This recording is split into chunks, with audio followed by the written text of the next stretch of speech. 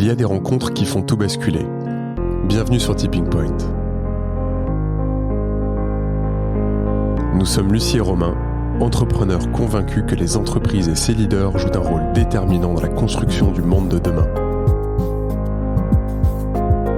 Un monde que nous rêvons plus juste, plus inclusif et plus respectueux. Nous dénichons pour vous des leaders inspirants et engagés. Ils ont à cœur de vous parler de leur tipping point, ces moments où tout a basculé pour eux. Peut-être deviendront-ils l'un de vos tipping points ? Bonne écoute.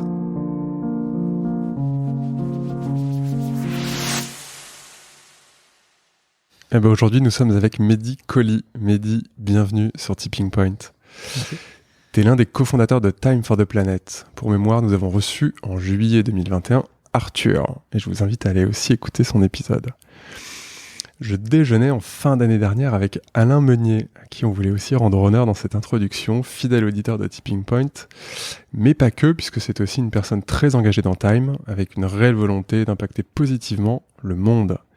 Et il me disait, tu sais Romain, ce serait chouette si vous aviez Mehdi sur votre podcast. Moi j'aimerais bien l'entendre et en savoir un peu plus sur lui. Donc ni une ni deux, moi je t'ai écrit. Et tu as tout de suite accepté notre invitation sans même nous connaître. Donc pour ça, merci pour ta confiance, Mehdi. C'est très sympa.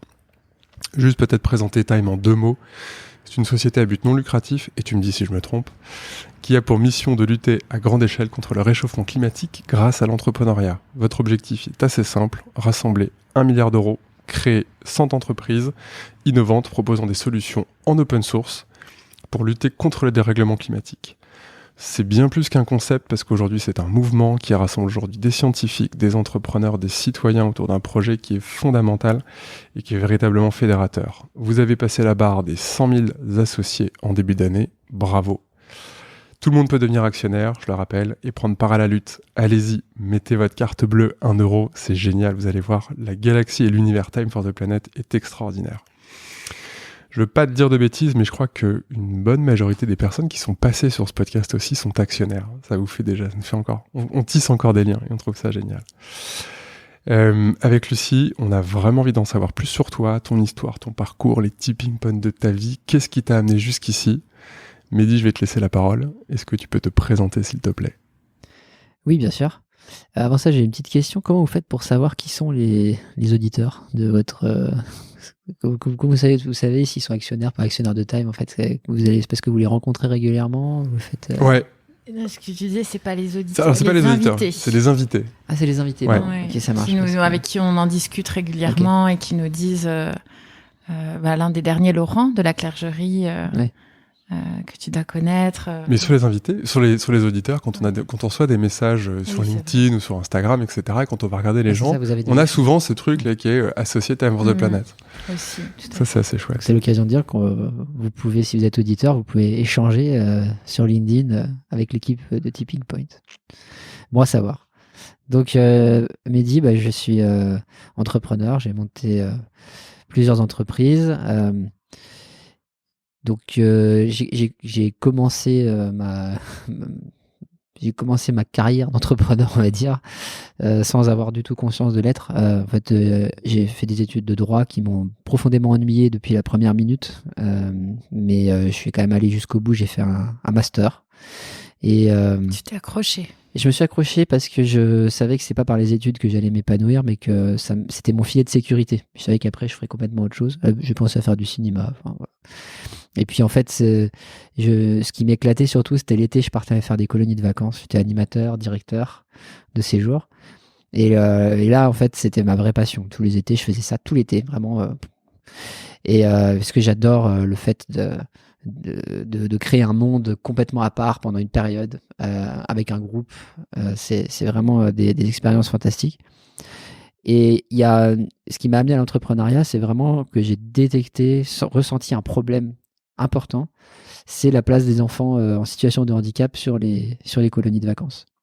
Parce que en fait, ils sont pas accueillis sur les colonies de vacances, ils doivent partir entre enfants handicapés, et c'est tout handicap confondu. Donc les vacances, elles sont quand même pas ouf de partir que avec des gens qui ont un handicap, alors que tu pourrais très bien partir sur des séjours avec des enfants qui n'ont pas de handicap. Et en fait, le blocage là-dessus, c'était le fric, bien sûr. C'est que ça coûte cher d'intégrer un enfant qui a besoin d'un animateur référent, puisqu'il faut payer un animateur référent. Et aussi la lâcheté, parce que c'est bien facile de dire oh, mon centre de vacances, il n'est pas adapté parce qu'il y a 3 marches à l'entrée, donc je ne peux pas prendre d'enfants handicapés, ou on n'est pas formé, comme si c'était une question de formation. C'est pas une question de formation, c'est juste une question de vouloir et une question de citoyenneté. Nous, quand on a, du coup, après, avec Nicolas Sabatier, qui est cofondateur de Time for the Planet, on a créé ensemble cette boîte de colonies de vacances pendant la fin de nos études. Avec juste comme objectif de se dire, nous, on va organiser des colos sur lesquels les enfants viendront, handicap ou pas, et s'il y a besoin de payer un animateur référent, on le payera avec les bénéfices, parce que on fera payer les colonies de vacances et on calculera combien il faut pour pouvoir intégrer ça dedans. Et donc ça a assez vite marché parce que on s'est dit qu'il fallait communiquer de façon classe. Il fallait organiser des séjours qui donnent vraiment envie aux enfants. Donc, c'était des séjours à projet. Enfin, je dis 7S, ça existe toujours, hein, mais par exemple, monter son restaurant, créer un groupe de rock, faire un film. Il y avait un objectif concret à la fin qui permettait d'unir les enfants, de les faire coopérer. C'était des projets pédagogiques. Et donc, ça a assez vite marché parce qu'on marketait ça aussi très bien. Et dans le monde des associations, de l'éducation populaire, c'était pas forcément bien vu de faire de la com parce que ça fait un peu société commerciale qui débarque, machin.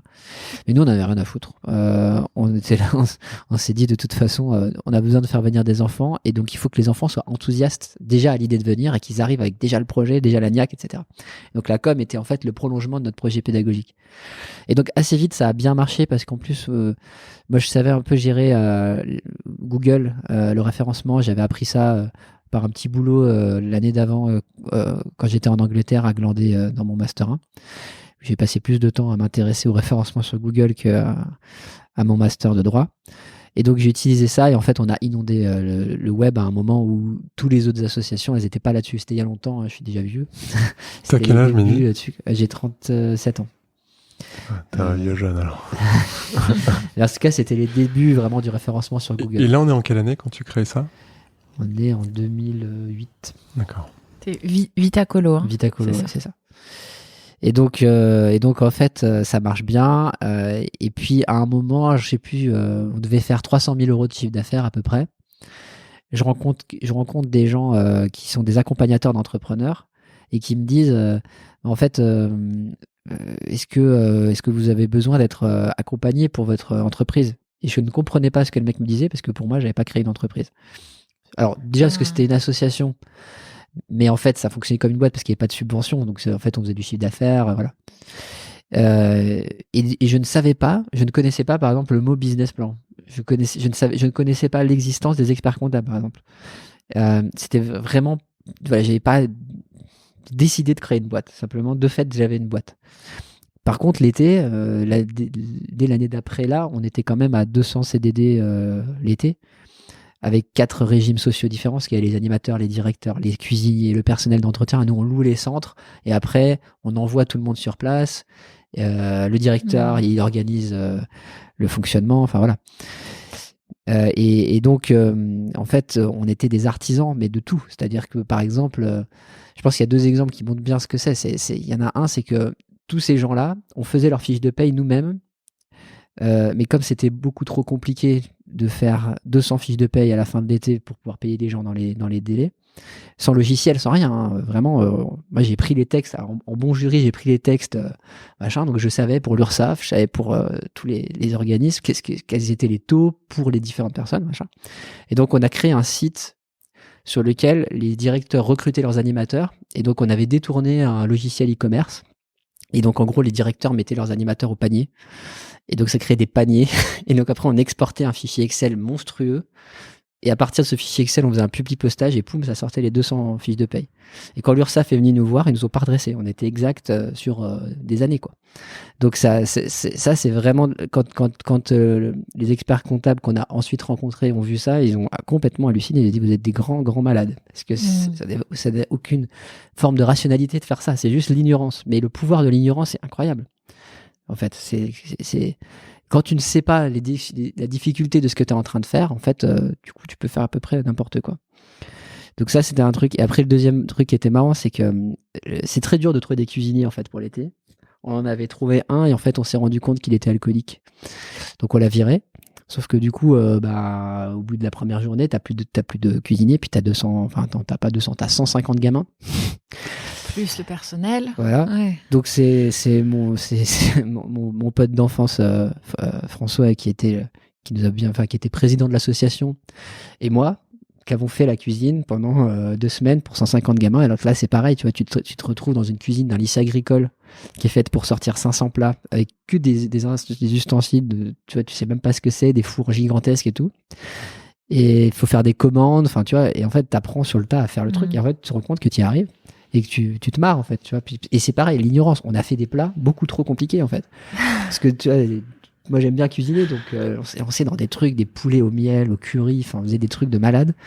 Dernière journée, il y a les soirées parentes avec 250 personnes. On a sorti pour 250 personnes un plat de ouf, quoi. Et des gens hallucinent, forcément, tu vois, ça crée un truc unique. Personne fait ça, en fait, en colo. Tu vois, ça n'arrive jamais, un truc comme ça. Mais voilà, et on avait décidé que nous, ce serait un animateur pour 5 enfants au lieu de 12 enfants. Donc, on avait un niveau de qualité extraordinaire. Enfin, voilà. Bref.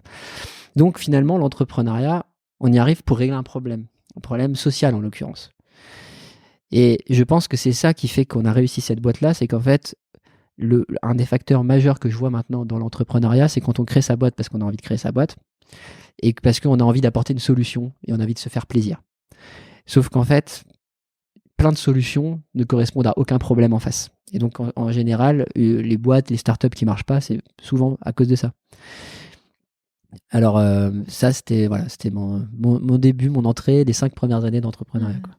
Et là, comment tu sensibilisais ces personnes que tu recrutais qui, j'imagine, avaient l'habitude de travailler dans des colos qui faisaient pas du tout attention au handicap? Ouais. Comment est-ce que tu reliais ton sujet du handicap avec tout le personnel qui était employé? Alors, les animateurs référents, eux, on les formait quand même, en amont. C'était pas une très longue formation, hein. En fait, on faisait venir tous les animateurs sur 2 jours. Pas que pour les enfants en situation de handicap, pour tout le monde. Il y avait un week-end, tout le monde venait à Lyon et on formait tout le monde d'un coup à plein de sujets. Par exemple, le convoyage, tu vois, quand tu as 40 gamins à convoyer depuis Gare Pardieu ou pire, tous les départs à Paris, voilà, faut être méthodique, quoi, tu vois. Donc on formait. Faut pas en perdre sur la route. Faut pas en perdre. Voilà. La fameuse règle des 10%, non? Voilà, le mythe de la règle des 7% de perte. J'ai rencontré un animateur qui croyait que c'était vrai. Hein. Donc, des fois, il y avait un texte qui disait que, tu vois, on pouvait perdre 7% des enfants sur un séjour. Au-delà, par contre, c'est pas bien. Tu vois. Bref, donc voilà, on les formait. Et après, la réalité, c'est que t'as pas besoin de formation. Je veux dire, à part des cas très très spécifiques, mais un enfant qui est, je sais pas, aveugle, par exemple. Il sait très bien se gérer, en fait, tu vois. Il va te dire quand est-ce qu'il a besoin d'aide. Un enfant qui est en fauteuil roulant, quand il y a des marches, tu portes le fauteuil roulant, en fait. Tu vois, c'est pas des trucs très compliqués à faire. Et les enfants eux-mêmes intègrent super bien le handicap. Oui. Non, il y a une gamine en fauteuil roulant qui ne pouvait pas parler et qui parlait en bougeant un doigt et qui a fait plusieurs séjours avec nous et qui a clairement dit que ça lui avait sauvé la vie, en fait. C'était des moments, voilà. Et pourquoi ? Parce qu'en fait, on était dans un espace dans lequel c'était juste acté comme étant normal. Donc une fois que tu as enlevé le côté stressant, etc., mais les organismes eux-mêmes se stressent pour rien. Tu vois. Quand tu vois le nombre d'organismes qui pas que de colos d'ailleurs, hein, disent non, on ne peut pas parce qu'on n'est pas organisé, on n'est pas aux normes, on n'est pas... Bullshit. Il suffit de vouloir pour pouvoir faire dans la plupart des cas. Il y a quelques exceptions où tu peux avoir des trucs très très médicalisés, etc., où là vraiment ça peut être très lourd. Mais franchement, pour la plupart des handicaps, nous on avait aussi des enfants, par exemple les enfants trisomiques, il n'y a pas d'animateur référent.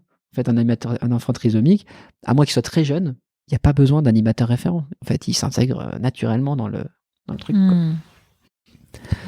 Et, donc là, tu fais ça pendant 5 ans, mais est-ce que c'est quelque chose qui t'occupe toute l'année ? Ah oui, c'est vraiment... En fait, pour arriver à faire partir l'été, le dernier été, quand je suis parti, on faisait 2500 séjours l'été, 2500 semaines. Donc, pour arriver à faire tes 2500 semaines, tu t'es occupé toute l'année, parce que... En fait, tu vois, par exemple, rien que le matériel.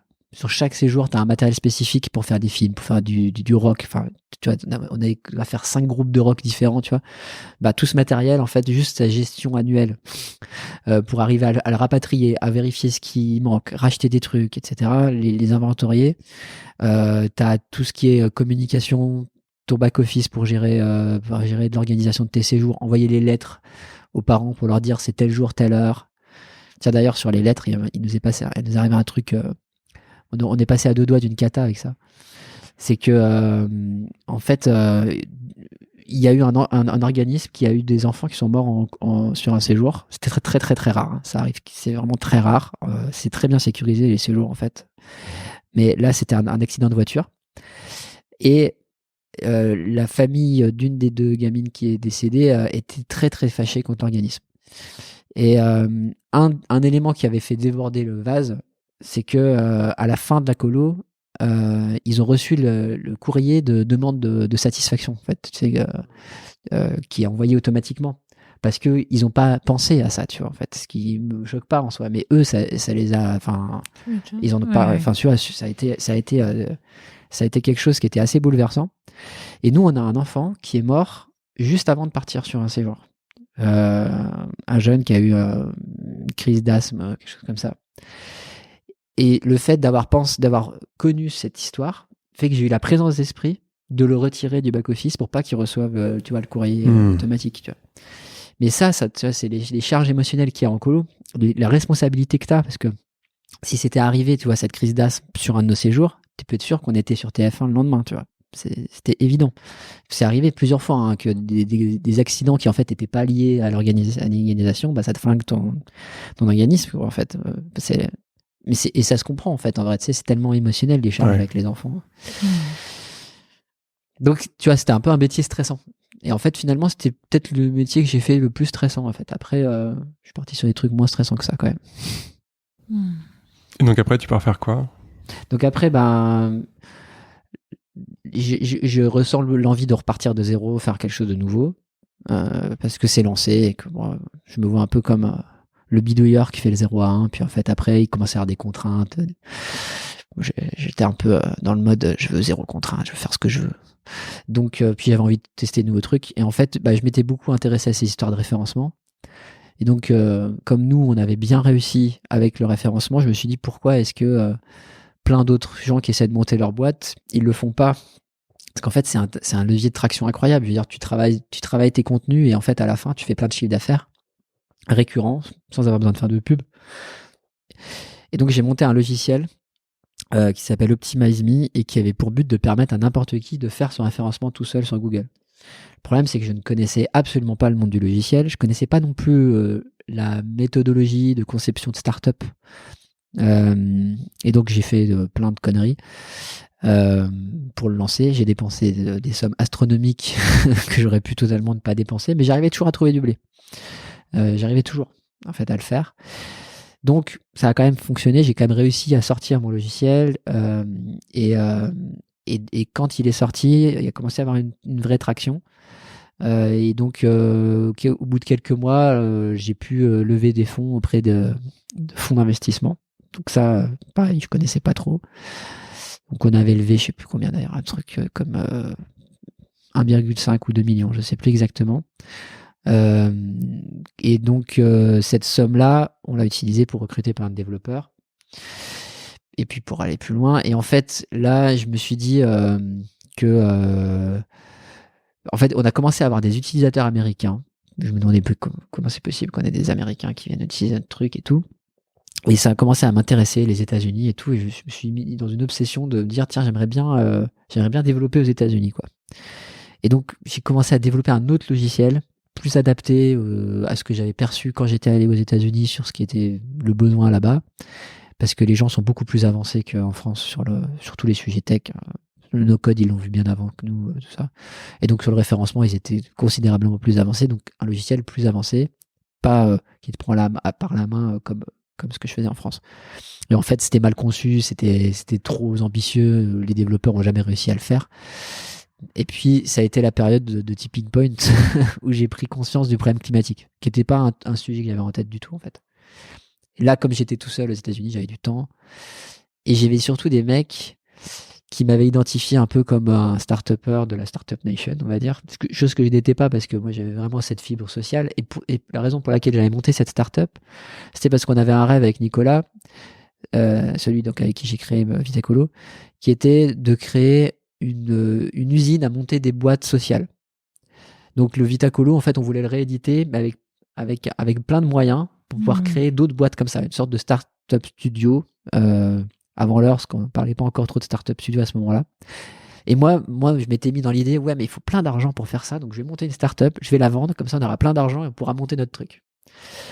Sauf que bon, bah, tu vois, entre le nombre de types qui montent une start-up et ceux qui arrivent vraiment à gagner de l'argent avec, tu vois, il y a une déperdition monstrueuse, quoi. Et donc, à ce moment-là, j'étais identifié un peu comme un start-upper. Et donc, je me faisais agresser sur Facebook par des gars qui venaient me parler de l'effondrement du système économique, de la collapsologie et tout ça.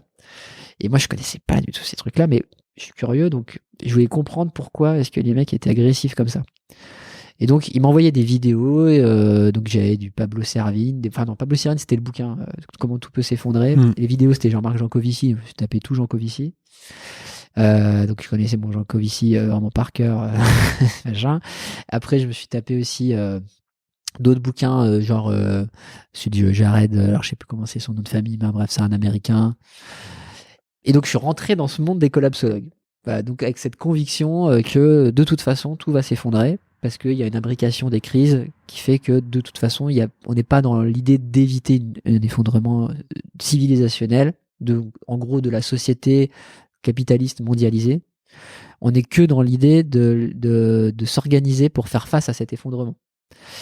Donc, alors, les gens qui lisent ce genre de bouquin, 99%, ils switchent à ce moment-là. C'est très efficace. Donc, il n'y a peut-être pas assez de gens qui le lisent, mais alors après il y a des gens qui switchent. Et alors là, si tu veux, t'as des phases. C'est-à-dire que alors je sais plus exactement la boucle du truc, mais dans les grandes lignes, une première phase où tu te dis que c'est pas possible et qu'en fait ils se trompent. Donc tu cherches d'autres infos, etc. Ouais. Le déni, voilà, exactement. Ouais. Alors moi, c'était, je suis assez vite passé à plus loin. Après, tu as une petite phase de dépression, tu vois. Certains, ça peut être très long, cette phase-là. Et après, tu as une phase de recherche de solutions, qui est pas non plus la bonne parce qu'il n'y a pas de solution, tu vois. Et après, c'est la phase d'acceptation. En fait, tu prends le fait tel qu'il est. Alors moi, je sais pas si je suis totalement... je pense que le fait de prédire l'avenir est vraiment très présomptueux, même s'ils ont plein de bons arguments et que je peux y souscrire. Et moi, je ne crains plus d'effondrement, en fait. C'est-à-dire que si ça arrive, ça me fait pas peur.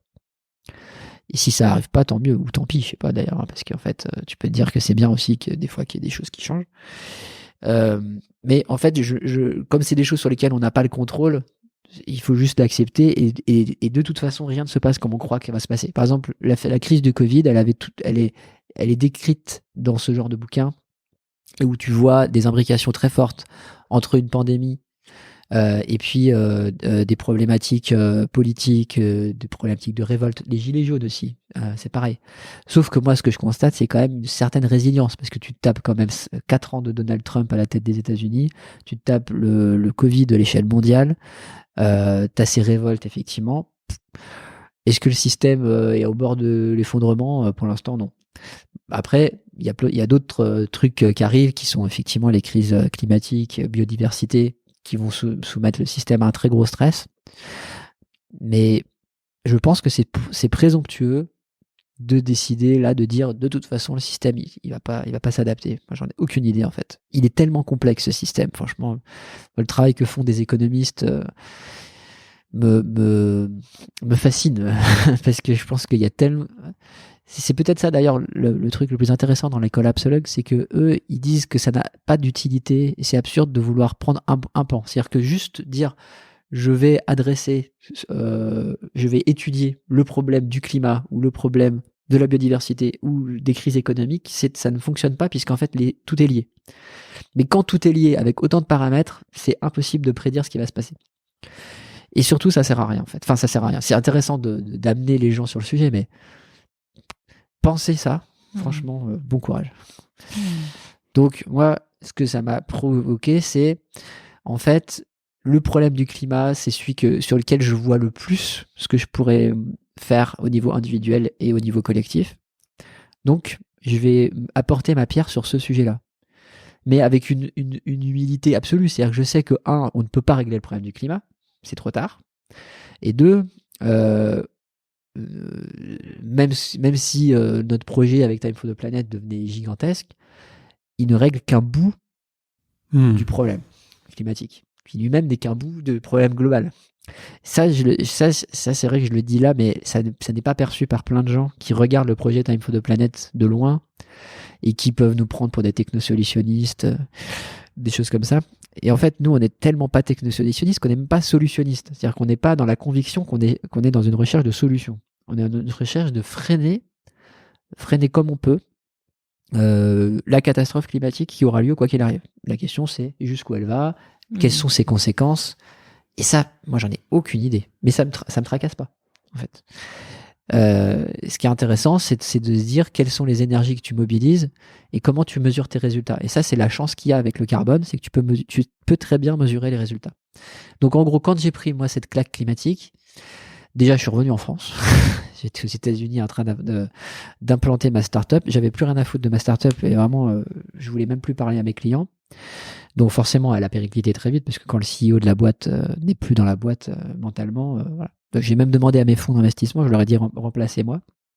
Bon, ils ont pas trop voulu me remplacer, mais ça, en un an, elle était en liquidation et moi je partais sur un nouveau projet, quoi.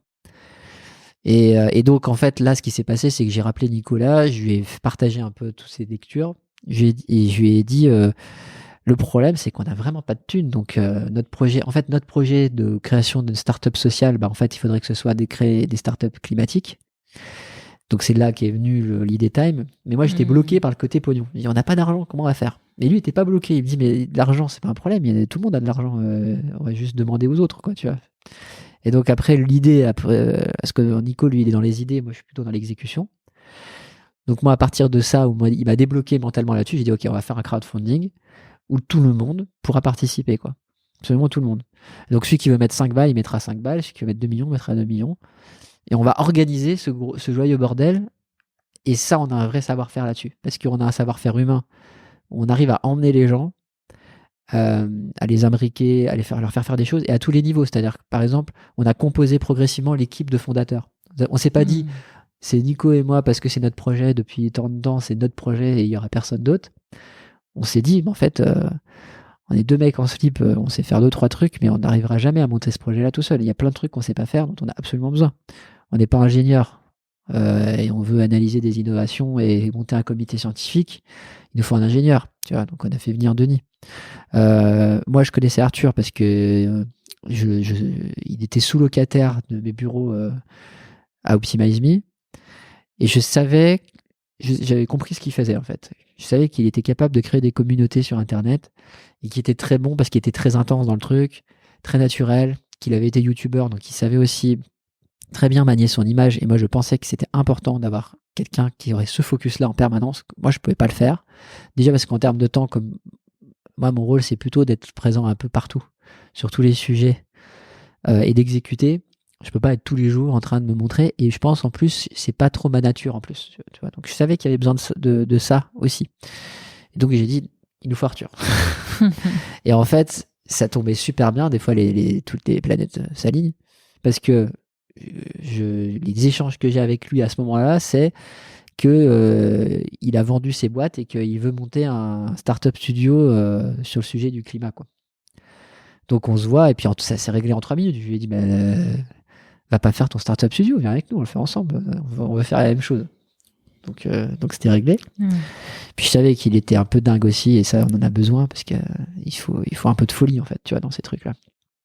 Donc voilà, tu vois, les images que j'avais de lui dans notre sous-location, c'est que déjà le mec déjà quand il est venu me demander des locaux, on est allé boire un café, tu vois, on a commencé à parler du revenu universel.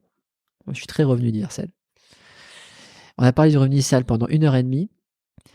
À aucun moment on a parlé de la location des bureaux. À la fin, il se casse, tu vois, puis et puis moi tu vois, j'oublie le truc quoi. Enfin, et puis 2 semaines après, il débarque avec ses 3 ou 4 compères pour s'installer, tu vois. Et puis donc oui, tu lui avais pas dit c'est ok à tel prix. Non, voilà, il arrive. Voilà. Et en fait, enfin, je lui avais dit que c'était ok, tu vois. Ouais. Mais après, et donc j'ai les devs qui me disent, il y a un mec qui dit qu'il vient s'installer en bas. Il dit ah mais oui, bien sûr, c'est Arthur, bah vas-y, tu vois. Puis bon, il a pris 4 postes. On est vraiment pas mal de place. Hein. Et donc il prend 4 postes, puis je sais pas, 3 mois plus tard, ils sont 16 quoi, tu vois. Puis en fait, bah, on n'a même pas changé le prix, on n'a rien, enfin tu vois, c'était juste parce que finalement, ce qui était marrant, c'était ce qu'il apportait, tu vois, dans le truc. Il avait des gens qui gueulaient en espagnol toute la journée, qui chantaient Petit ours brun. Enfin, c'était une ambiance. Voilà, lui, son truc, hein, c'était il faisait danser, c'est lui qui le dit. Hein. Il faisait danser des gamins dégénérés sur des musiques débiles pour lancer des communautés. Voilà. Donc voilà, je savais que c'était ça qu'il nous fallait. Donc voilà, on a intégré les gens en disant on sera plus de cofondateurs que juste 2. Et je pense que ça c'était très, très important pour pouvoir lancer. Et après, on savait agréger des gens à plus grande échelle parce que tu les fais adhérer à un projet qui leur parle, en fait, auquel ils adhèrent par l'émotionnel. Alors, il y en a qui ont besoin du rationnel pour adhérer par l'émotionnel. Mais en fait, quand les gens deviennent actionnaires de Time, au début, il n'y a pas de comité scientifique, il n'y a pas d'évaluateur, il n'y a pas de projet, il n'y a rien. Les gens viennent parce que ils adhèrent à l'énergie que tu leur envoies, c'est tout. Et puis progressivement, tu construis, et là, tu peux avoir différents types de personnes qui arrivent. Ceux qui ont besoin de plus de preuves, de concepts. Même encore maintenant, il y en a, tant qu'on n'a pas une boîte qui est devenue une licorne, ils ne viendront pas mettre de l'argent chez Time. Mais c'est pas grave. En fait, on en trouve à tout moment, quoi. Donc c'est comme ça qu'on a démarré le truc. Alors même que le retour, en fait, n'est pas un retour financier. Ouais. C'est marrant, en fait, c'est bizarre. C'est ça. En fait, on s'est posé la question, on a traité ça dans une réunion, on était 3. Alors là, il y a Laurent Morel aussi, donc lui, c'est l'aspect finance et back-office technique. On était 3 et on se disait, qu'est-ce qu'on propose en fait à nos actionnaires ? Est-ce qu'il y a un rendement ? Quel rendement et tout ? Et puis, on se dira, on pourrait faire un petit rendement plus bas que la moyenne, comme ça nous permettrait de réinvestir une bonne partie et tout. Et en fait, ce qui nous a fait trancher pour le 0 rendement, c'est qu'on s'est dit, s'il y a 0 rendement, on pourra investir là où personne ne peut investir. Par exemple, une boîte dans laquelle le retour sur investissement est trop lointain pour que tu puisses faire ton rendement, même si petit soit-il. Et ça a servi, le premier investissement, déjà, ça a servi pour Carbon Time, donc un système de séquestration. C'est une boîte qui séquestre le carbone en utilisant l'olivine, qui est une roche qu'on place dans les océans et qui, par l'abrasion, va séquestrer des grosses quantités. C'est un projet qui est risqué parce que il faut dérisquer l'interaction avec la biodiversité. Donc, tu peux potentiellement mettre de l'argent et te rends compte qu'au bout de 3 ans, tes études te disent, en fait, l'olivine, ça flingue les poissons. Donc, en fait, tu vas devoir arrêter le truc. Tu vois. Donc, déjà, c'est risqué. Et en plus d'être risqué, ton rendement, il est très lointain parce que entre le moment où tu investis, c'est de la recherche, et le moment où vraiment tu vas déployer à grande échelle, il va se passer tellement d'années que tes actionnaires, eux, ils auront déjà demandé d'avoir le retour financier. Pour autant, ça fait 30 ans qu'il y a de la recherche sur ce sujet-là, et qu'on sait que ça pourrait être un mécanisme de séquestration très intéressant, parce que contrairement aux arbres, l'olivine, une fois qu'elle est dans l'eau, elle bouge plus, elle va pas brûler, et elle va séquestrer avec un rendement qui est établi. Donc ça peut être une solution essentielle en fait dans la lutte contre le changement climatique, mais personne n'investit dessus parce que ça rentre pas dans le cadre des modalités d'investissement que tous les fonds ont. Et nous, on n'a pas ça. Parce que nous, on a dit, en fait, il n'y aura pas de rendement.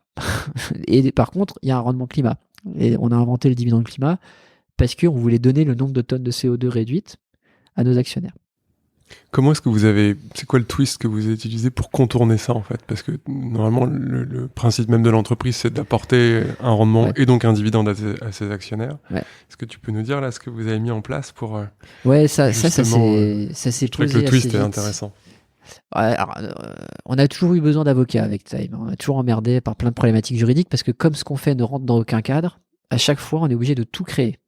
Et donc là, le problème, c'est que nous, on voulait sécuriser ça en disant dans les statuts que de toute façon, il n'y avait pas de répartition du dividende financier. Et en fait, les avocats nous ont dit que cette clause-là, si on la mettait, n'importe quel actionnaire pouvait la faire péter parce qu'elle est contraire à une clause d'ordre public. C'est d'ailleurs une clause qui a un niveau législatif.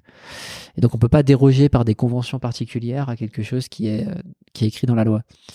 Donc, on a regardé ce que la loi disait exactement, et la loi, elle dit qu'on ne peut pas interdire la répartition du dividende financier, mais on peut suspendre la répartition du dividende financier à la survenance d'un événement. Et donc, nous, on a utilisé ça en disant, en fait, ok, il y aura du répartition du dividende financier le jour où le problème qu'on adresse n'existera plus. Et donc, le problème qu'on adresse, c'est le réchauffement climatique. Donc, on a dit, une fois que la température de la planète sera revenue à ce qu'il était en 1850, eh bien, à ce moment-là, il y aura du dividende financier. Alors, évidemment, ce ne sera pas de notre vivant. Ce sera peut-être même jamais, ou en tout cas, dans 10 000 ans. Mais du coup, juridiquement, ça fonctionne. Acceptable. C'est acceptable, ouais, c'est ça. Exactement. Je vais juste revenir. Tu as dit tout à l'heure, Mehdi, vous êtes là pour freiner la concentration de carbone, en tout cas freiner ce dérèglement climatique, que peut-être on ne freinera jamais. En tout cas, vous êtes les aérofreins du truc, mais on ne sait pas si on s'arrêtera. Comment est-ce qu'on fait dans ce cas-là quand des gens se disent si c'est foutu pour foutu, autant consommer comme des porcs et finalement je vais prendre l'avion tous les mois, à continuer à manger du bœuf tous les jours, à surconsommer des fringues de merde produits par des enfants au Bangladesh, tu vois, et donc en fait continuer à détruire en disant autant que de mon vivant je vis une vie complètement faste, alors même que moi, je pense que c'est pas la solution. En fait, je pense qu'il y a deux choses à répondre à ça. La première, c'est que il faut sortir de l'idée que tu as un seuil à partir duquel il y a un problème ou pas de problème. En fait, il y a des gradations. Tu es à plus 5 degrés en 2100, ça n'a rien à voir avec plus 3 degrés en 2100. Et quand je dis rien à voir, c'est à plus 5 degrés, il y a plusieurs villes chinoises de plus de 60 millions d'habitants qui disparaissent sous l'eau. New York, il n'y a plus de New York. Le monde n'est même pas imaginable en fait, à plus 5 degrés. Je lisais dans la newsletter Novétique, tu as 127 villes côtières qui sont quand même dans un monde à plus de degrés, qui sont amenées à disparaître, façon, dont le bassin d'Arcachon. Exactement, la Camargue. Voilà. Donc ça, par rapport à plus de degrés, c'est quand même rien à voir. Donc en fait, la question c'est comment tu fais pour faire en sorte que cette catastrophe soit la moins grave possible. Mais tu ne peux rien prévoir de ça. Parce que même tu dis, ok, à plus de degrés, tu peux savoir le niveau de l'eau. Mais le niveau de l'eau, c'est qu'un des éléments de l'équation. L'autre élément de l'équation, c'est tes écosystèmes, ta capacité à continuer à faire fonctionner ton agriculture. Le jour où ton agriculture s'effondre. Il suffit que d'une année, je veux dire, au Moyen-Âge, ils le subissaient, c'était intégré dans leur... tu avais une année où tu n'avais pas de récolte dans une région, les gens crevaient l'année d'après. Ouais. Là, actuellement, on n'arrive pas à penser ça, mais ça peut arriver. Et donc, dans ces cas-là, qu'est-ce qui se passe ? Il se passe plein de problèmes économiques, parce que du coup, ceux qui peuvent acheter, ils vont acheter. Donc, ceux qui n'ont plus, ils vont se ruer là où ils peuvent avoir quelque chose. Donc, tu as des problématiques de migration, tu as des problématiques de révolte, de déstabilisation d'État, de guerre, qui sont liées juste à un problème d'agriculture, qui lui est lié à un problème de climat. Et en plus, quand tu as ce problème-là, tu as des problèmes de biodiversité. Et donc, si tu as un élément de la chaîne alimentaire qui tombe, tu as toute la chaîne alimentaire de derrière qui s'effondre. Par exemple, le requin, on le sous-estime, mais le requin, quand il disparaît, il fait disparaître une quantité astronomique d'autres animaux par un mécanisme de chaîne alimentaire, parce qu'il ne bouffe plus des poissons qui doivent être régulés, qui du coup deviennent trop nombreux, qui du coup bouffent tout ce qu'il y a en dessous. Et voilà. Donc et en fait, du coup, le fait de dire je vais consommer n'importe comment parce que c'est foutu, ça ne veut rien dire, c'est foutu. Ça ne veut rien dire. On ne sait pas quand, on ne sait pas quel degré, etc. Et le deuxième truc, c'est que consommer n'importe comment ne t'apporte rien en degré de bonheur supplémentaire. C'est même plutôt l'inverse. En fait, une fois que tu as compris que l'accumulation de biens ne t'apporte rien de particulier, ou même de service, je veux dire, voilà, le fait de prendre un vol dans un avion privé, honnêtement, je ne vois pas ce que ça t'apporte de spécifique en plus par rapport à ne pas prendre le vol. Tu vois, ça n'apporte rien. Une fois que tu as pris cette conscience-là, tu le vois plus comme une contrainte, tu le vois comme une amélioration de ta vie en fait. Ça, je pense, c'est plus long à faire comprendre que la première chose. La première chose, je pense que tout le monde peut le comprendre. Et donc sur cette accélération, sur le technosolutionnisme ou toutes les choses qui pourraient être mal perçues chez Time, je pense que ça vient du fait que nous, on a identifié un truc qui n'est pas forcément souvent compris, c'est les ordres de grandeur. Il y a un problème d'éducation sur les ordres de grandeur. Dire il suffit d'arrêter de consommer pour régler le problème, c'est d'une naïveté sans nom. Parce que tu peux dire que tu vas arrêter de consommer, mais concrètement, tu as besoin de trucs de base tous les jours. Tu as besoin de manger, tu as besoin d'éducation. Donc éducation, c'est quoi le bilan carbone de l'éducation nationale? Tu vois, Scope 3 inclus, c'est-à-dire déplacement tous les jours de tous les profs, de tous les enfants, formation, tous ces trucs-là. C'est monstrueux. Les bâtiments qui sont pas ce qu'il y a de mieux en termes de chauffage et d'exemplarité. Voilà. Les hôpitaux, parce que c'est bien de dire je vais être sobre, mais quand ton enfant il a une appendicite, t'es content quand même qu'il y a un hôpital dans lequel il y a une clim et dans lequel il y a des instruments de précision qui sont connectés, Internet. Donc il y a de l'électricité en continu. Exactement. Quand tu as une opération que tu veux faire à cœur ouvert qui peut être fait que par un chirurgien qui va venir de l'autre bout du monde, t'es content que ça se fasse en fait. Donc c'est complètement absurde et naïf de dire que tu peux te passer de beaucoup de biens et services élémentaires. Le bâtiment c'est pareil, tout le monde a besoin d'un toit. Le bâtiment actuellement, il n'y a pas de solution bas carbone accessible à tout le monde. Moi je suis en train d'essayer de faire construire une maison sur un terrain divisé. Faire construire ta maison en bas carbone, il faut avoir des moyens qui sont stratosphériques, surtout à ce moment. Donc, il faut pas être naïf. Il faut absolument décarboner l'économie, absolument décarboner. Même si tu es dans la sobriété la plus absolue, ça suffira pas. Tous les trucs de base dont tu as besoin, il faut là. Par contre, bien sûr, quand j'insiste, c'est les anniversaires de mes enfants. Pour qu'il n'y ait pas de trucs en plastique, trucs électroniques qui sont passés par le bout du monde. D'autres gamins vont jouer 3 fois et puis après, ils vont s'amuser avec le balai. Lorsque tu manges, voilà, c'est pas compliqué de réduire la viande. Je te demande même pas de devenir végétarien. En fait, t'es pas obligé d'aller jusque-là. Est-ce que t'es obligé de bouffer de la viande tous les jours? Tu vois, est-ce que t'es obligé de manger du poisson tous les jours? C'est des trucs, tout ça, t'as vraiment un rayon d'action. Mais ce qu'il faut comprendre, c'est que même en faisant tout ça, t'arriveras pas à 2 tonnes. L'objectif, t'y arriveras pas. Donc, même des super-héros du climat, même les mecs qui arrivent à faire le 0 déchet. Franchement, quand t'as des enfants en bas âge, faire le 0 déchet, mais faut pas travailler. C'est du full-time dans notre société de faire du 0 déchet avec des enfants en bas âge. Tu vois. Donc ça, il faut le voir en face. Et donc c'est aussi con d'aller critiquer, d'aller dire la technologie va tout sauver, que de dire la sobriété va se sauver. Les deux sont aussi bêtes, en fait. C'est absurde. Il y a besoin de tout à la fois. Et même régler complètement le problème du climat ne suffit pas. Tu as des problèmes monstrueux de biodiversité qui peuvent être bien pires que le problème climatique, en fait. Mais par contre, créer une boîte qui aurait pour objectif de régler tout ça, ce n'est pas possible. Nous, on a choisi le sujet décarbonation massive de l'économie parce qu'on voit ce qu'on peut faire. C'est très facile à conceptualiser.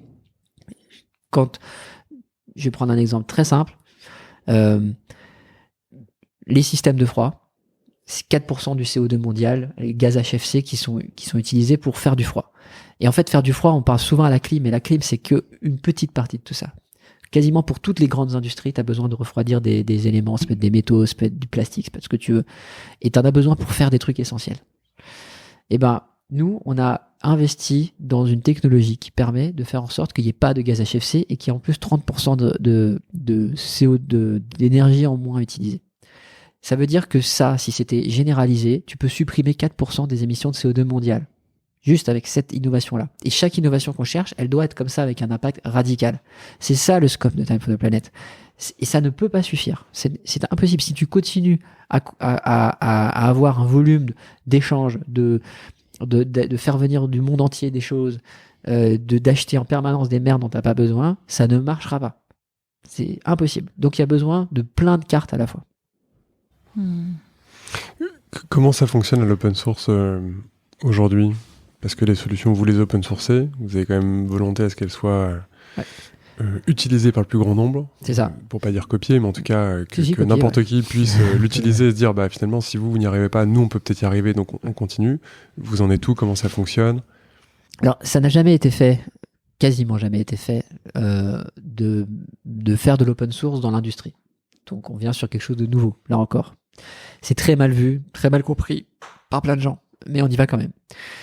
En fait, l'enjeu, c'est de dire comment tu fais. Pourquoi c'est mal vu ? C'est mal vu parce que tu as l'impression que tu vas donner ton innovation aux Chinois.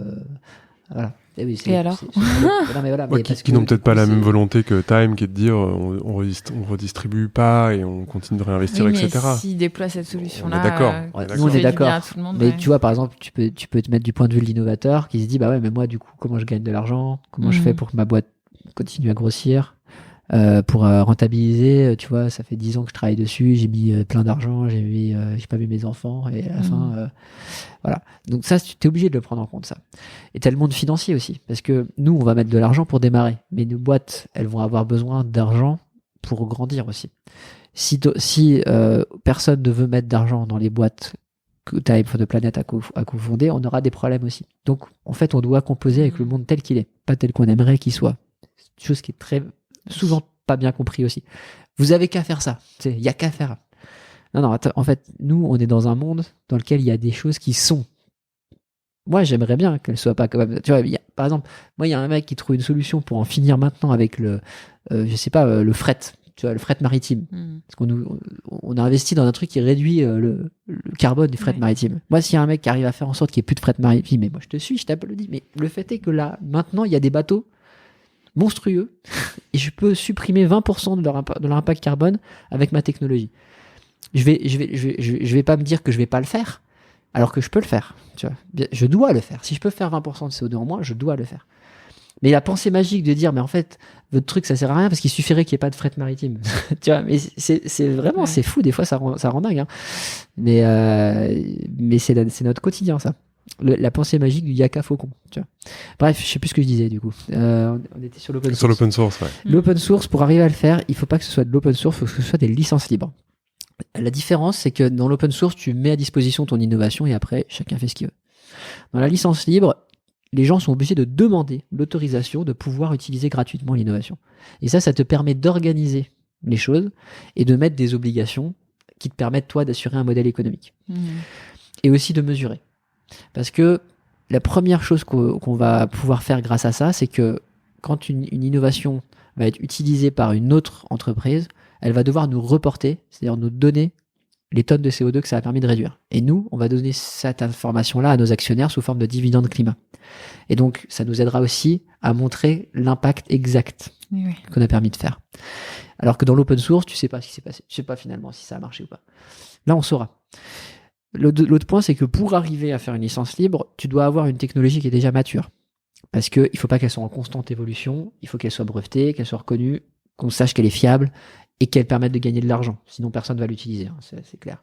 Le but, c'est pas qu'en fait, on crée un truc où il n'y a que les fous du climat qui vont s'en servir. Hein, le but, c'est d'être ce qu'on appelle mainstream, c'est-à-dire d'avoir des innovations qui vont rentrer dans notre quotidien. Et pour ça, dans le monde tel qu'il est là et pas comme j'aimerais qu'il soit, il faut que ce soit rentable. Donc, cette licence libre, elle va nous permettre de mettre des droits et des obligations à toutes ces personnes qui vont dire « moi, je veux utiliser cette licence ». Et le point, c'est que ce sera gratuit. Mais en échange, nous, on peut demander des obligations qui nous permettent d'assurer un modèle économique et de faire en sorte que nos boîtes grandissent, que nos innovateurs soient rétribués pour ce qu'ils ont amené au monde, que les financiers puissent avoir ce dont ils ont besoin pour continuer à être des bons financiers, c'est-à-dire mettre de l'argent là où on leur demande de le mettre. Et ça, c'est notre taf à nous, d'arriver à être suffisamment bon pour arriver à la fois à déployer très très vite et en même temps à garder l'efficacité de notre action. Ça, c'est un très gros challenge. Et on est d'accord que le dividende climat, c'est pas un droit à polluer.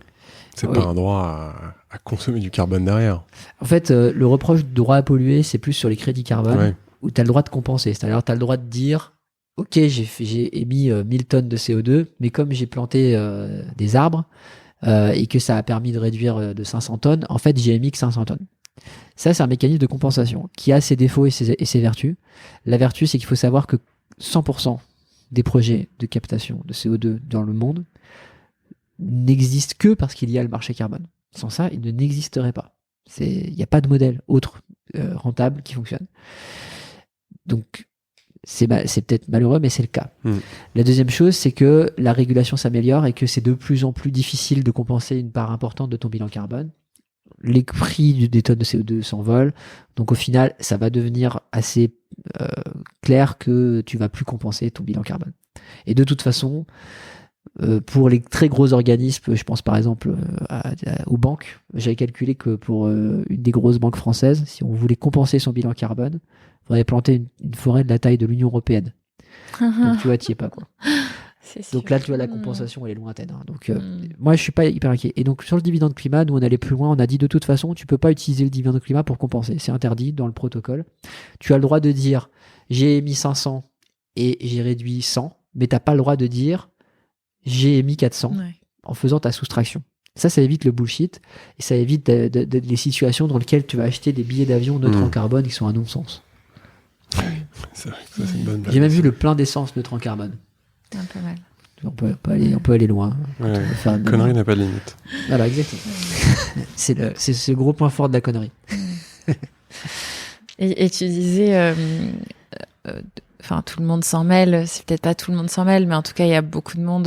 En plus, vous commencez à être vraiment très connu. 100 000 associés, ça fait quand même beaucoup de monde qui parle de Time for the Planet. On entend des détracteurs comme des gens qui soutiennent, mais ça fait beaucoup de mouvements et on vous voit à l'œuvre depuis plus de 3 ans maintenant. On a l'impression que vous êtes partout et que vous travaillez... parfois plus que de raison. Ma question, c'était comment est-ce que vous allez, quel est l'état d'esprit de l'équipe, comment ça va pour vous? Alors déjà, on est partout, mais dans une certaine bulle. C'est-à-dire que oui, sur LinkedIn, on est partout, mais le monde réel va très loin au-delà de LinkedIn. Et je pense qu'il y a une très très grande partie de la population qui est pas du tout sensible au message de Time for the Planet. Et c'est pas grave. C'est pas grave parce qu'en fait, t'as pas besoin de plus qu'une minorité. Une minorité très engagée, très active peut avoir des résultats absolument considérables. Après, donc nous en interne, on n'est que 10 effectivement. Et il y a pas mal de pression d'avoir tous ces actionnaires qui comptent sur nous pour bien exécuter ce qu'on a annoncé. Pour l'instant, quasiment tout ce qu'on a annoncé, on a pu le faire correctement. Pour moi, on n'est pas encore en réussite parce que la réussite, pour moi, ce sera quand on aura un nombre de dividendes climat qui fait que, je sais pas, par exemple, pour une action que t'as achetée, t'as je sais pas, 0,5 dividendes climat, par exemple, donc 0,5 tonnes qui te reviennent. Ce serait vraiment considérable et c'est notre but, mais c'est un truc qui se fait dans le temps parce qu'en fait quand tu lances une boîte et nous on investit globalement en amorçage, donc on démarre avec des boîtes qui sont soit au stade du labo soit du prototype avant que elle ait grossi, qu'elle ait sa licence libre, etc. Et ça se fait pas en 5 minutes et ça le problème c'est que quand t'es pas entrepreneur c'est dur de le comprendre. Tu vois, au début, on disait on va monter des entreprises. Les gens ne voient même pas le lien, en fait, entre l'entreprise et des divisions de CO2. T'avais souvent des gens qui nous disaient je comprends pas pourquoi vous voulez créer des entreprises. Enfin, les entreprises, ça pollue, en fait. Ça peut pas réduire le CO2, tu vois. Mais en fait, parce que la mécanique, elle est stratosphérique à comprendre. Dire, tu vois, la mécanique pour comprendre Time for the Planet. Déjà, il faut comprendre le lien entre le climat et le CO2. Faut être inquiet déjà du problème du climat avant, hein. Mais bon, déjà, je te le... Donc, mais mettons, t'es inquiet. Donc, faut comprendre le lien CO2 et climat. Très peu de gens sont capables d'expliquer pourquoi le CO2, en fait, ça pose un problème pour le climat. Déjà, rien que ça, c'est très compliqué à expliquer. Après ça, il faut comprendre que ce CO2, ok, il se stocke dans l'atmosphère et en fait, tu peux en absorber et tu peux réduire le nombre de tonnes nouvelles qui sont envoyées chaque année et qui contribuent à ce réchauffement. Il faut comprendre qu'il s'en va pas aussi, qu'il va rester là 10 000 ans, enfin voilà. Ensuite, il faut comprendre que pour pouvoir faire moins de CO2, il faut que des machines ou des outils, des trucs que tu as actuellement qui en font beaucoup de CO2, tu puisses les remplacer par des nouveaux qui font moins. Tu vois. Et ensuite, il faut comprendre que pour ça, il faut monter des entreprises qui viennent d'innovations qui ont été pensées par des mecs qui sont pas des entrepreneurs. Mais la pensée normale de la plupart des gens, c'est qu'en fait, à partir du moment où tu as une bonne techno qui est sortie, bien sûr qu'elle va se répandre partout. les gens ne se rendent pas compte de ce qu'il y a derrière une technologie mainstream. Tu vois, par exemple, derrière Uber. Aujourd'hui, ça semble tout con. Tu sors ton appli, t'as un truc, t'as un taxi qui vient. Mais il a fallu des dizaines de milliards d'investissements pour que ça, ce soit possible. Que ce soit en termes de communication, en termes pour l'adoption massive des gens, en termes de technologie, etc. Et en fait, ça, c'est juste une appli, quoi, en fait. Tu vois. Donc là, on parle d'industrie, des process industriels, c'est très compliqué. Monter une usine, ça prend 2 ans, en fait. Tu vois. Et ça, les gens ne peuvent pas s'en rendre compte. Et nous, on doit exécuter ça en faisant en sorte que des milliers de gens qui sont devenus actionnaires de Time s'impatientent pas, comprennent pourquoi c'est difficile, etc. Et en fait, nous, on doit donner l'impression que tout est facile. Parce que si tu inquiètes les gens, t'es mal. Tu vois, t'as besoin de... Donc nous, on sait que c'est difficile. On exécute au quotidien et on n'est pas très nombreux. Et donc, on a besoin effectivement de se développer. Mais plus on lève d'argent, plus on peut recruter du monde et plus on a les moyens. Par exemple, on va lancer un recrutement, on va avoir 5 nouvelles personnes qui vont arriver. Donc, c'est sûr que ça va nous, ça va nous aider à faire des journées un peu plus soft. light. Voilà, bah après, quand t'as des gamins, de toute façon, ta journée, elle est timée, hein, tu vois. De toute façon, ça commence quand tu les as amenés à l'école et puis ça finit quand ils sont revenus de l'école. Hein, donc, oui, tu fais avec le temps qui est au milieu. Ou ça finit, ou ça continue, mais différemment. Ouais, voilà. Enfin, oui, non, ça finit. Voilà, c'est ça. Là, je parlais de. Ça peut redémarrer quand ils sont couchés, mais ça peut aussi vite s'arrêter, même quand ils sont couchés. Ah, moi, quand ils sont couchés, je ne peux plus travailler. Là. Je n'ai plus le moindre degré d'énergie disponible. Et donc, pour répondre à la question, comment est-ce que vous vous sentez là en ce moment ? Ça va ?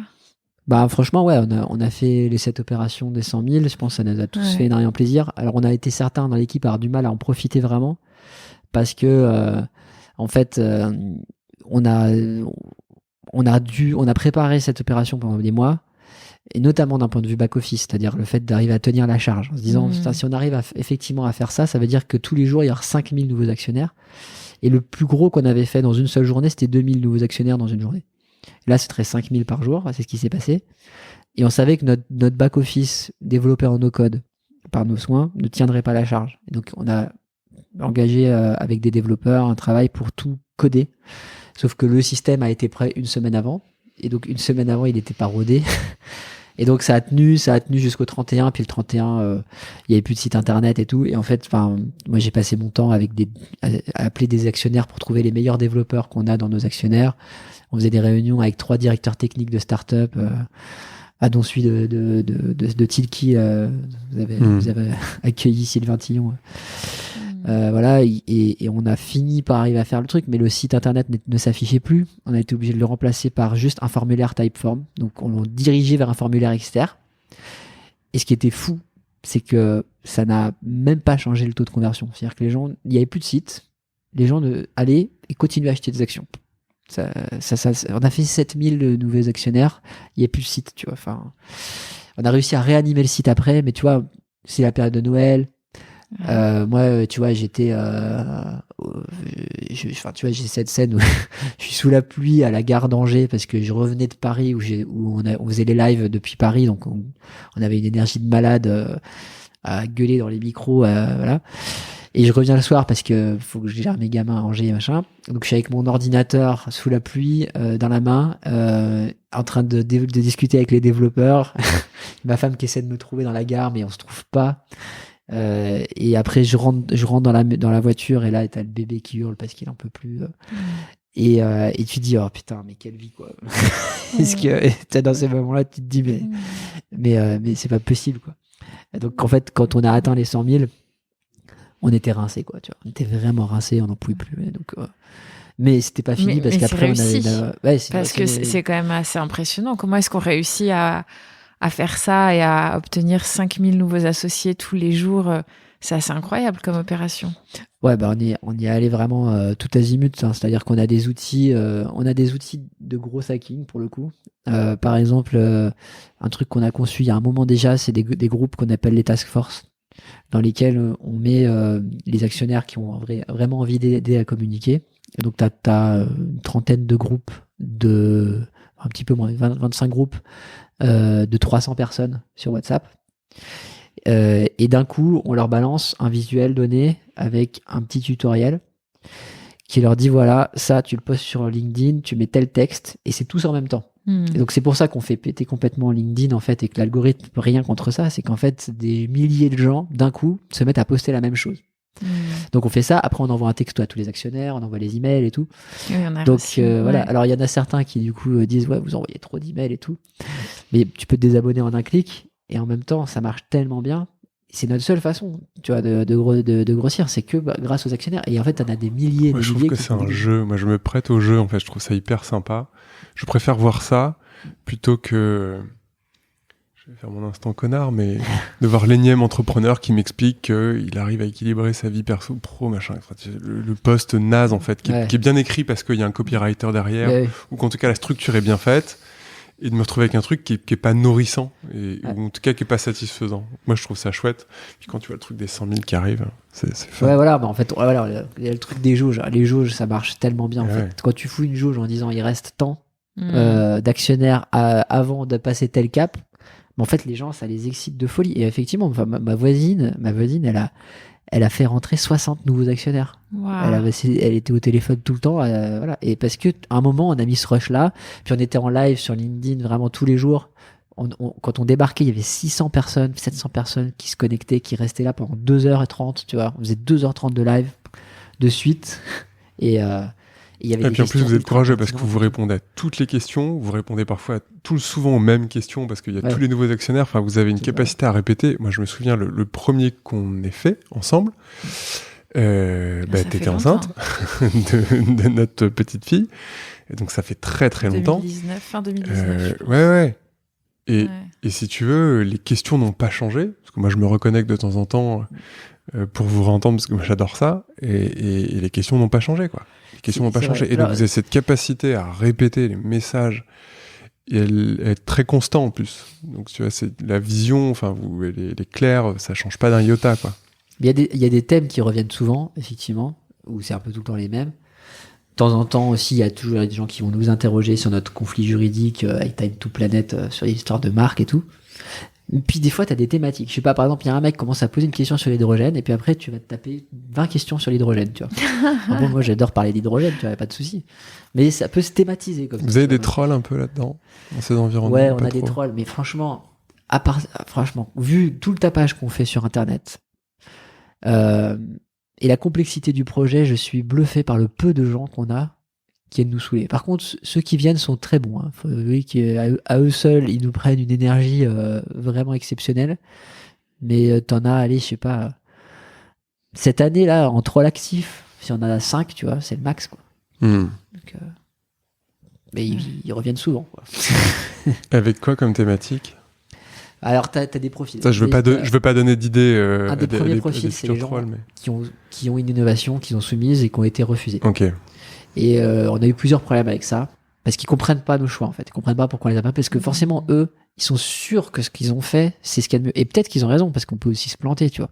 Mais en fait, à un moment, tu vois, on a un comité scientifique, on a des milliers d'évaluateurs, on a nos convictions, et on va se tromper. Tu vois, mais en fait, à un moment, il est rejeté, je peux pas, voilà.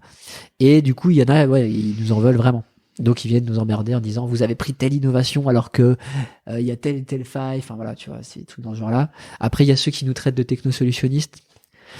Mais Nicolas a fait un travail déjà énorme là-dessus, puisqu'en fait, il a appelé individuellement pendant des années tous les gens qui, à un moment donné, nous critiquaient. Tous. Il n'y en a pas un qui n'a pas reçu un appel.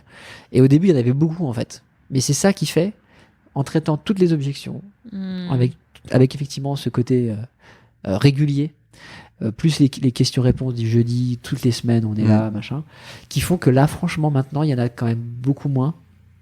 Et je pense qu'il y en a qui peut-être attendent qu'on fasse une erreur ou qu'on se plante, et qui, du coup, pourront dire « je vous l'avais bien dit », tu vois. Mais du coup, ils nous gênent pas en attendant. Le guetteur. Ouais, voilà, c'est ça. Parce que, parce qu'en fait, il y a plein de... On le voit d'ailleurs, tu sais, quand on exécute un truc nouveau et qu'on communique dessus, souvent, on voit des gens qui mettent en commentaire @ machin, tu vois, je te l'avais dit. Ou ça y est, tu nous rejoins. Et en fait, c'est parce qu'il y a des gens aussi qui ont des doutes sur l'exécution réelle qu'on va faire, ce qui est normal. Et donc, plus en fait on avance dans cette exécution, Et plus ça peut se faire rapidement. Voilà. C'est quoi la suite alors là, vos ambitions ou tes ambitions à toi en particulier pour 2023? La première chose, c'est qu'on veut faire ce qu'on fait déjà en beaucoup mieux. C'est-à-dire, on veut améliorer encore notre process de sélection, notre processus d'accompagnement des entreprises dans lesquelles on a investi. Notre capacité d'investissement, on va investir dans beaucoup plus de choses parce que maintenant on a plus d'argent et du coup on va recruter du monde pour traiter ça parce qu'en fait c'est un temps monstrueux. Recruter les CEO par exemple, les dirigeants des entrepreneurs à succès qu'on fait rentrer dans les entreprises dans lesquelles on a investi, ça prend un temps monstrueux. Les discussions, négociations, des packs d'actionnaires, tout ça. Donc là, on va avoir du staff. Donc là, on se focus sur faire ce qu'on fait déjà en beaucoup mieux, sans lancer un truc nouveau, parce que justement, on a besoin de consolider. Donc ça va être le prisme là, des 6 premiers mois et du coup d'intégrer, parce que pour n'est que 10, on va intégrer 5 nouvelles personnes. Et donc ça, il faut que ça se fasse super bien. Parce que Time, c'est une machine, une fois que tu es dedans, les premiers mois sont très durs. En fait, tous ceux qui ont dit, qui sont arrivés dans Time, donc les 4 qui sont arrivés dans Time, en fait, lorsque c'était déjà lancé, ils ont eu les 2-3 premiers mois où c'était très dur. Parce que hyper intense, que tu te rends compte de toutes les difficultés qu'il y a au quotidien dans tous les domaines, que ce soit la levée de fonds auprès des grands investisseurs, les gens qui te font des procès, les gens qui te ralentissent alors qu'il n'y a aucune raison, les discussions avec les innovateurs, la gestion de milliers de gens qui ont tous des questions, tu vois, tout ça, c'est tous les jours. En fait, tu vois, ça ne s'arrête jamais. Et donc, c'est très intense. Et donc, il faudra qu'on arrive à mieux intégrer les gens pour pas qu'ils soient un peu dans la machine à laver, parce qu'en fait, après, une fois que ça s'est passé, comme par contre l'équipe s'entend super bien, qu'on est hyper proche et que on est quand même aussi encouragé par des milliers de gens en fait, tu vois, forcément après c'est que du kiff. Mais cette acculturation, on a une culture aussi en interne très très cash, à se dire les choses exactement comme on les pense au moment où on les pense, et à faire, on est beaucoup dans l'humour, il y a beaucoup de blagues et tout ça, tu vois. Donc ça aide aussi à ce que le quotidien soit sympa, tu vois. C'est-à-dire que ce qu'on renvoie à l'extérieur, c'est vraiment, ça vient juste de qui on est à l'intérieur, tu vois. On déconne vraiment beaucoup. C'est pour ça que après, on va dire, pisser sous la douche ne suffira pas. Même si on sait que peut-être dans le milieu des grands investisseurs, on peut être vu. Je pense que c'est beaucoup moins le cas maintenant parce qu'ils commencent à nous connaître. Mais les grandes entreprises et tout, ils nous voyaient vraiment au départ comme une bande de rigolos en fait, tu vois. Ouais. Et quand ils ont découvert la rigueur avec laquelle on investit, la rigueur avec laquelle on approche les éléments scientifiques, là ils ont complètement changé la vision qu'ils avaient de Time. Mais nous, on n'a pas changé notre quotidien. Oui. Tu ne verras jamais débarquer en costard cravate et te parler de notre morning routine, quoi, tu vois. Non, et puis on peut être exigeant, professionnel, rigoureux et blaguer et avoir de l'humour et ne pas se prendre au sérieux tout en étant très sérieux. C'est ça, mais c'est pas si commun de faire ce genre de truc, tu vois. Et après, t'as ces moments magiques, c'est que par exemple, j'aurais jamais pensé que j'allais débarquer des poneys au stade Gerland avec Sébastien Chabal, par exemple, tu vois. C'est un truc. Tu vois, déjà de base, je contacte Sébastien Chabal sur LinkedIn pour lui dire qu'on aimerait faire une vidéo avec lui. Après, je suis en comité scientifique, je reçois un appel, je décroche, Sébastien Chabal au téléphone. Et le mec, tu vois, super sympa et tout. Je l'ai déguisé en cavalier. Je lui ai fait faire des scènes au stade Gerland avec des poneys. Enfin, tu vois, c'est des trucs que tu ferais pas dans n'importe quel boulot, quoi. Tu vois, donc au quotidien, c'est marrant, quoi. Moi, j'ai une question hyper importante. C'est quoi ta morning routine? non, moi je voulais savoir, t'es quel type de leader? Quel type de leader? En fait, je suis en train de changer. C'est-à-dire que, à la base, je suis vraiment une ADN de bidouilleur. En mode, jamais, j'emmène les gens avec moi, mais j'essaie d'être qu'avec des gens hyper autonomes qui vont être automotivés parce que j'ai pas envie de m'occuper d'eux, en fait. J'ai envie de pouvoir toute la journée exécuter moi-même des trucs parce que ça m'éclate. Tu vois, je sais pas, moi, quasiment tous les trucs qu'on a fait en no-code, là, les trucs d'évaluation, d'évaluation, tout le système d'évaluation, par exemple, je l'ai développé en no-code en apprenant à bidouiller, tu vois. Et ça, je pense qu'il faut que j'en sorte. Et donc, en ce moment-là, j'ai entamé une mue parce que c'est nécessaire pour que Time grandisse. C'est-à-dire qu'en fait, au final, là, on a atteint un stade où il faut plus bidouiller. Où il faut plus, tu vois, tenter 50 trucs en même temps, voir ce qui marche pas, parce que c'est pas possible. On a tellement de choses qui sont lancées que rien que gérer ce qu'on a maintenant, c'est du full time pour tout le monde. Et donc, en fait, quand on arrive à ce stade, ça m'est déjà arrivé dans mes 2 boîtes d'avant, cette façon de faire peut devenir toxique. C'est-à-dire qu'en fait, à la fin, les gens, tu leur mets un stress de malade. Tu vois, tous les jours, tu leur sors des trucs nouveaux alors qu'ils sont déjà ras la gueule tu vois, et tu leur dis, tiens, on va essayer ça. Tu mets de l'énergie dans le truc, puis en fait, tu te rends compte que ça va pas, donc tu passes à autre chose. Et en fait, là, il y a besoin d'un leader plus calme, plus, tu vois, qui se consacre plutôt à faire travailler les gens ensemble mieux, à créer des conditions dans lesquelles ce que tu as fait va être pérenne, etc. Tu vois. Et du coup, pouvoir faire des choses créatives, mais sans que ça stresse toute ton équipe, quoi. Et ça, j'ai refusé un peu pendant des années d'y faire face en faisant un truc très simple, c'est qu'une fois que j'atteins un certain seuil, je me barre, tu vois. Parce que j'ai pas parlé de toutes mes aventures entrepreneuriales, j'en ai eu d'autres. Je lance le truc, ça commence à marcher, je me casse, tu vois, parce que en fait, voilà, je trouve quelqu'un qui va continuer le truc, ou je le vends, ou tu vois, enfin, j'ai vendu une agence web 9 mois après l'avoir créée, tu vois, quand même, parce que ça m'a déjà gavé. Au bout de 9 mois, j'en avais déjà marre, en fait, tu vois.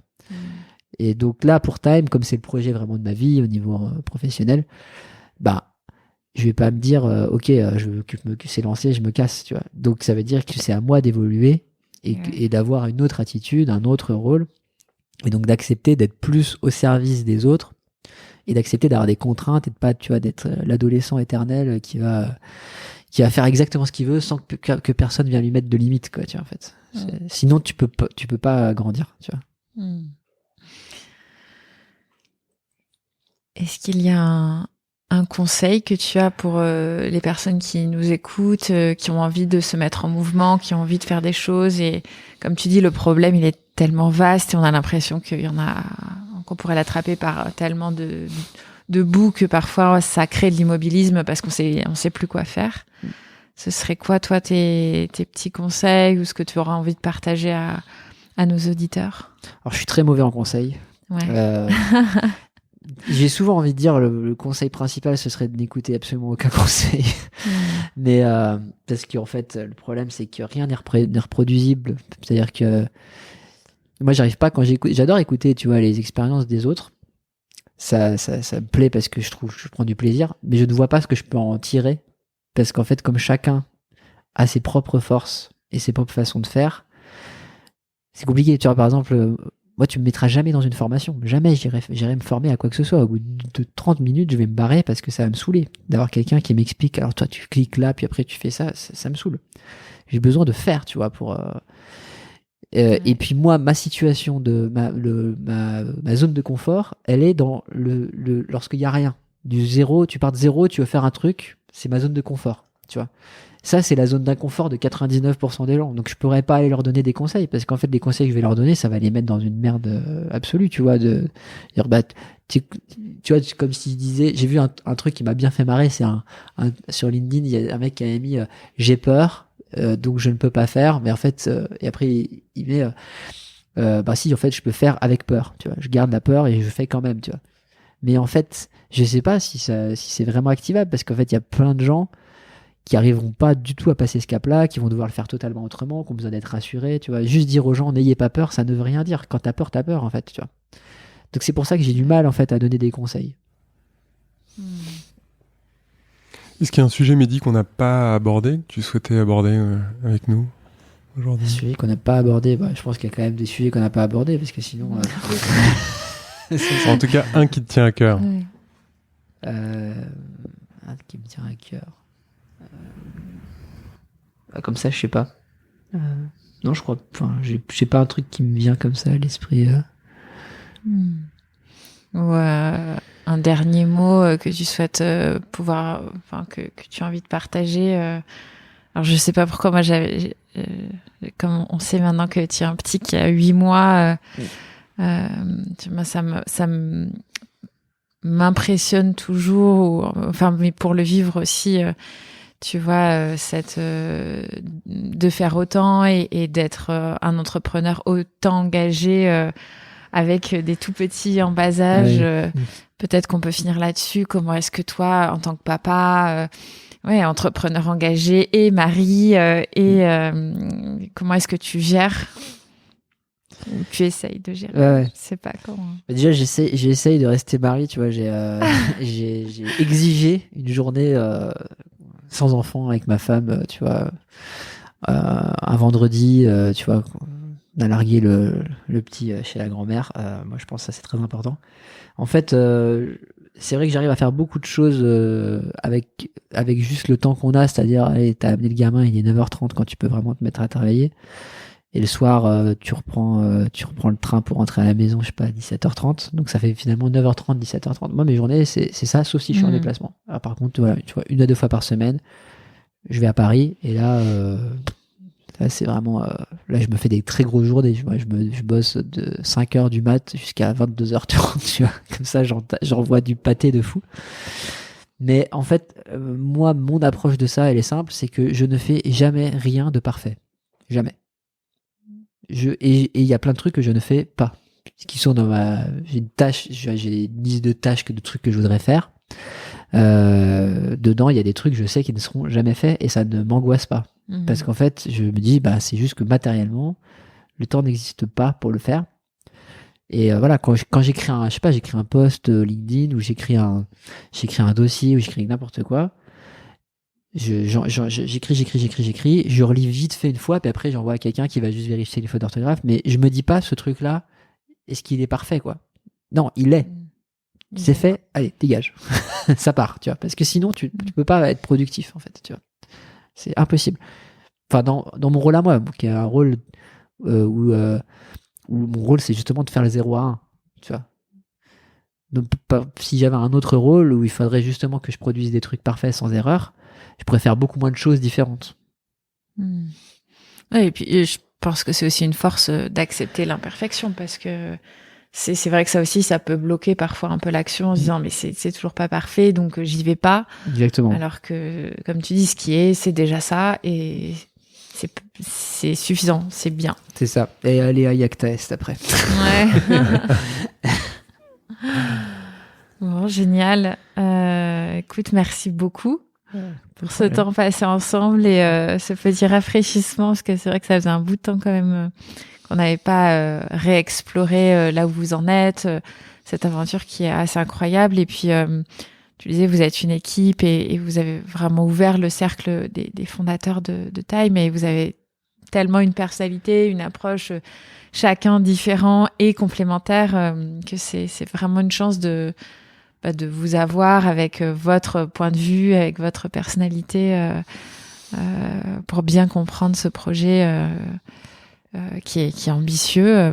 Voilà, donc Romain, tu le disais en intro, mais je le redis en conclusion, si on a encore des auditeurs qui ne sont pas associés actionnaires, tu dis quoi, les deux? Moi, j'ai pas de blocage sémantique, tu vois, tant qu'on se comprend.